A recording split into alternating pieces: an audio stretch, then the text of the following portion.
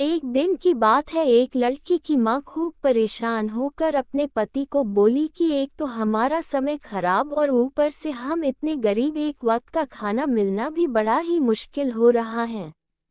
और घर में सांप की तरह हमारी बेटी बड़ी होती जा रही है। इतनी गरीबी में हम इसकी शादी कैसे करेंगे। उनकी बेटी अपने माता पिता से बहुत प्यार करती थी और घर का सारा काम भी वही करती थी। और आज तक उसने अपने माता पिता से कुछ भी नहीं मांगा था, क्योंकि वो अपने घर की सभी परेशानियों को समझती थी। अब अगले दिन सूरज निकलते ही माँ ने अपनी बेटी को सुबह जल्दी उठा दिया और फिर उससे लाड प्यार भी करने लगी और उसे खुद अपने हाथों से खाना बनाकर भी खिलाया। और उसकी माँ ने जीवन में पहली बार उसे अपने गले से भी लगाया। तभी ये सब देखकर बोली कि माँ, मुझे कहीं दूर भेज रही हो क्या, वरना आज तक आपने मुझे ऐसे कभी प्यार नहीं किया। लेकिन उसकी माँ कुछ भी नहीं बोली, बस चुप रही और फिर वो रोने भी लगी। बेटी लगभग समझ चुकी थी कि कुछ तो बात है, लेकिन बेटी माँ के आंसू देखकर कुछ नहीं बोली। तभी उसके पिता एक फावड़ा और एक चाकू लेकर आते हैं तो माँ ने रोते हुए अपनी बेटी को सीने से लगाया और फिर उसे बाप के साथ जाने के लिए कह दिया। अब बेटी पूरी तरह से समझ चुकी थी कि उसके माँ बाप के लिए वो बोझ बन चुकी है। लेकिन बेटी उनकी बहुत अच्छी थी और जाते जाते उसने अपनी माँ से कहा कि माँ, हर जन्म में तुम ही मेरी माँ बनना। ये कहकर बेटी बाप के साथ चली गई। अब दोनों बाप बेटी चुपचाप ही घने जंगल की तरफ जाने लगे। तभी अचानक बाप के पैर में एक बड़ा कांटा चुभ गया और वो दुखी होता हुआ एकदम से ही नीचे बैठ गया। बेटी से देखा नहीं गया, उसने तुरंत कांटा निकाला और फिर पिता के पैर पर अपनी चुन्नी फाड़कर बांध दी। तो पिता ने कहा कि बेटी, मेरे पैर हाथ न लगाओ, हम बेटियों के हाथ पैरों पर नहीं लगवाते। तो बेटी ने कहा कि पिताजी, मैं भी आपको दुखी नहीं देख सकती। ये सुनकर पिता की आंखें नम हो गई, मगर उसने अपने आंसू दबा लिए। फिर वो थोड़ी ही देर में जंगल के बीचों बीच पहुंच गए। अब उसके पिता एक जगह देखकर उसे फावड़ा लेकर खोदने लगे और बेटी बाप के सामने बैठी हुई थी।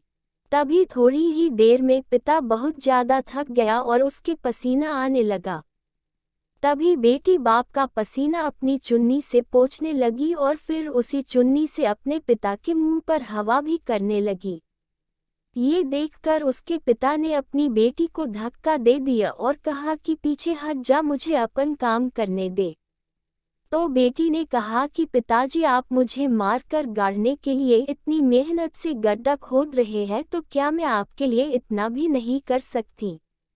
ये सुनकर बाप चौंक गया। तो बाप ने बेटी से पूछा कि तुम्हें कैसे पता चला कि मैं तुम्हारे लिए ही गड्ढा खोद रहा हूँ। तो बेटी ने कहा कि पिताजी, मुझे पता है कि मैं आपके लिए मनहूस हूँ और बोझ भी हूँ, इसलिए आप मुझे यहाँ गाड़कर मार दोगे। अब उसके पिता गुस्सा भी थे और उसकी आंखों में आंसू भी थे। तब उसने अपनी बेटी को सच बता दिया कि हाँ, तू है मनहूस हमारे लिए। काश तेरी जगह हमारे बेटा हो जाता तो सब ठीक ही होता। ये कहकर बाप जोर जोर से फावड़ा चलाने लगा। तभी अचानक फावड़ा उसके पिता के पैर में बहुत ही जोर से लग गया और उनकी 2 उंगली कट गई। ये देखकर बेटी रोने लगी, लेकिन बाप तो गुस्से में था। वो चोट लगने के बाद भी गड्ढा खोदे जा रहा था। लेकिन अचानक ही बेटी ने खूब रोते हुए पिता के हाथ से फावड़ा छीन लिया और कहा कि पिताजी, मैं बहुत मनहूस हूँ, इसलिए मेरे मरने से पहले भी मुझे चोट ही लग रही है।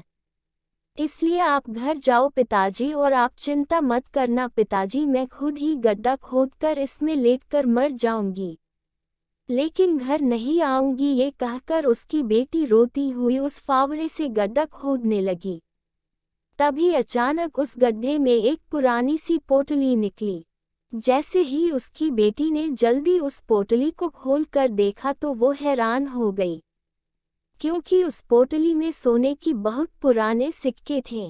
उन्हें देखकर उसकी बेटी ने जल्दी से अपने पिताजी को बुलाया। उसके पिताजी भी इतने सोने के सिक्के देखकर हैरान हो गए, लेकिन फिर वो रोने भी लगे और बेटी से कहने लगे कि बेटी मुझे माफ़ कर दे, तू हमारे लिए मनहूस नहीं बल्कि शुभ है, वरना आज इस गड्ढे में ये सोने के सिक्के नहीं निकलते। अब घर चल बेटी। तो बेटी मुस्कुराने लगी और पिता से कहने लगी कि पिताजी, अब जब आपको सोने के सिक्के मिल गए तो आप मुझे घर लेकर जा रहे हैं, फिर जब ये सिक्के खत्म हो जाएंगे तब फिर आप मुझे यही गाड़ने लेकर आओगे। इससे अच्छा है कि मैं अभी मर जाऊं। ये सुनकर पिता रोते हुए बेटी के पैरों में गिर गया और कहने लगा कि नहीं बेटी, मुझे माफ़ कर दे, हमसे बहुत ही बड़ी भूल हो रही थी। बेटी मासूम नहीं, घर की लक्ष्मी होती है। तुम तो मुझसे इतना प्यार करती हो बेटी कि तुमने ही तो मेरे पैर का कांटा निकाला, जबकि मैं तो तुम्हें मारने जा रहा था। फिर भी तुम्हें अपने पिता से इतना प्रेम था। तुम्हारे इसी प्रेम ने मुझे अपना कर्तव्य याद दिला दिया। बेटी, अब अगर भूख से मरना ही होगा तो हम तीनों साथ ही मरेंगे, वरना कोई नहीं।